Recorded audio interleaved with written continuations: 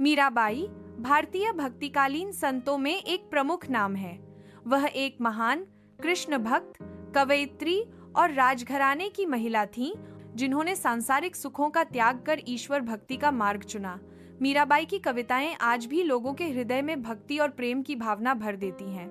उनका जीवन एक प्रेरणा है, त्याग, प्रेम, भक्ति और आत्मा की स्वतंत्रता का प्रतीक। मीराबाई का जन्म 1498 ईस्वी के आसपास राजस्थान के मेड़ता, वर्तमान में नागौर जिला में एक राजपूत राठौड़ परिवार में हुआ था। उनके पिता राव रतन सिंह राठौड़ मेड़ता के राजा थे और वे राव दूदा के पुत्र थे। मीराबाई का पालन पोषण अत्यंत धार्मिक वातावरण में हुआ। बचपन से ही वे श्री कृष्ण की भक्ति में लीन रहने लगी। कहा जाता है कि मात्र 4 वर्ष की उम्र में उन्होंने एक साधु से श्री कृष्ण की मूर्ति प्राप्त की और उसे ही अपना पति मान लिया। मीराबाई का यह अद्भुत भक्ति भाव बचपन से ही दिखाई देने लगा था। मीराबाई का विवाह उदयपुर के सिसोदिया वंश के राजकुमार भोजराज के साथ हुआ, जो राणा सांगा के पुत्र थे। हालांकि यह एक राजनैतिक दृष्टिकोण से उचित विवाह था। मीराबाई की भक्ति भावना और उनके सांसारिक जीवन से वैराग्य ने उन्हें शाही जीवन में कभी रमने नहीं दिया। विवाह के बाद भी वे श्री कृष्ण को ही अपना पति मानती रहीं, जिससे ससुराल में मतभेद और विरोध की स्थिति उत्पन्न हुई। राजकुमार भोजराज प्रारंभ में मीराबाई के भावों को समझ नहीं पाए, लेकिन समय के साथ उन्होंने मीराबाई की भक्ति को स्वीकार किया और उनका सम्मान करने लगे। दुर्भाग्यवश भोजराज की असमय मृत्यु हो गई, जिससे मीराबाई का जीवन और अधिक कष्टमय हो गया। भोजराज की मृत्यु के बाद मीराबाई पर कई प्रकार के सामाजिक और पारिवारिक प्रतिबंध लगाए गए। उनके कृष्ण भक्ति में लीन रहने और मंदिरों में जाकर संतों और साधुओं के साथ भजन कीर्तन करने को राजपरिवार ने अशोभनीय माना। उन्हें कई बार विष पिलाने और सांप भेजने जैसे प्रयास भी किए गए, लेकिन मीराबाई श्री कृष्ण की कृपा से सुरक्षित रहीं। उनका दृढ़ विश्वास था, मेरे तो गिरधर गोपाल, दूसरों न कोई। यह पंक्ति मीराबाई के संपूर्ण जीवन और दर्शन को संक्षेप में प्रस्तुत करती है। उन्होंने अपने आप को पूरी तरह श्री कृष्ण के प्रति समर्पित कर दिया था। सामाजिक बंधनों, स्त्री की सीमाओं और राजघराने के नियमों को उन्होंने कभी अपने मार्ग की बाधा नहीं बनने दिया। अपने जीवन के उत्तरार्ध में मीराबाई मेवाड़ छोड़कर तीर्थ यात्रा पर निकल गईं। वे वृंदावन, द्वारका और अन्य पवित्र स्थानों पर गईं। वृंदावन में उन्होंने श्री कृष्ण के चरणों में अपने आप को समर्पित कर दिया और वहां के साधुओं के साथ भजन कीर्तन में लीन रहीं। एक प्रसिद्ध कथा के अनुसार जब वे वृंदावन पहुंची तो वहां के एक प्रमुख वैष्णव संत उनसे मिलने से इनकार कर बैठे, क्योंकि वे एक महिला थीं।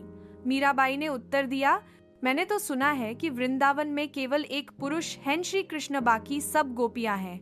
आप कौन से पुरुष हैं? यह सुनकर संत उनके चरणों में गिर पड़े। मीराबाई की भक्ति कविताएं आज भी हिंदी साहित्य में विशेष स्थान रखती हैं। उन्होंने ब्रज भाषा, राजस्थानी और गुजराती में काव्य रचना की। उनकी कविताओं में भक्ति, प्रेम, वेदना, त्याग और अध्यात्म की गहराई झलकती है। उनकी रचनाओं की विशेषता है उनका आत्मिक भाव, सरलता और सीधा संवाद श्री कृष्ण से। उनके कुछ प्रसिद्ध पद इस प्रकार हैं।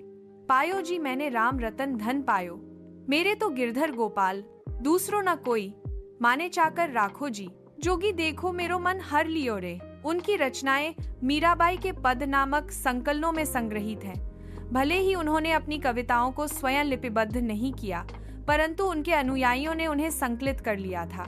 मीराबाई की मृत्यु का समय लगभग 1246 ईस्वी माना जाता है। एक मान्यता के अनुसार वे द्वारका में स्थित श्री रणछोड़ मंदिर, श्री कृष्ण का एक रूप में श्री कृष्ण की मूर्ति के सामने भजन गाते हुए समाधिस्थ हो गईं और उनकी देह मूर्ति में लीन हो गई।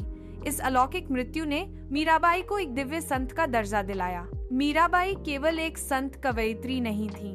वे एक क्रांतिकारी महिला थीं, जिन्होंने समाज की रूढ़ियों को चुनौती दी और आत्मा की स्वतंत्रता की घोषणा की। एक राजघराने की महिला होकर भी उन्होंने भक्ति के लिए घर, परिवार, ऐश्वर्य और प्रतिष्ठा का त्याग किया।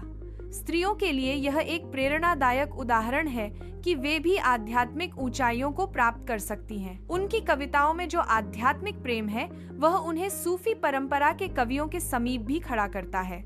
उनके पदों का संगीत और भाव आज भी भारतीय लोक गायन, भजन संध्या और शास्त्रीय संगीत में गूंजता है। मीराबाई का जीवन त्याग, प्रेम और भक्ति की अमर गाथा है। उन्होंने अपने जीवन से यह सिद्ध कर दिया कि ईश्वर प्रेम से बड़ा कोई प्रेम नहीं, और आत्मा की मुक्ति के मार्ग में यदि संपूर्ण संसार भी बाधा बने तो उससे भी टकराया जा सकता है। वे भक्ति काल की अनमोल धरोहर हैं और उनकी रचनाएं आज भी जनमानस को ईश्वर से जोड़ती हैं। मीराबाई एक ऐसी लौ है जो युगों तक भक्ति के पथ को प्रकाशित करती रहेंगी। मीराबाई की जीवनी का लेखन कार्य कक्षा 8 की विद्यार्थिनी कुमारी सेजल परमार ने अपने शब्दों में किया है।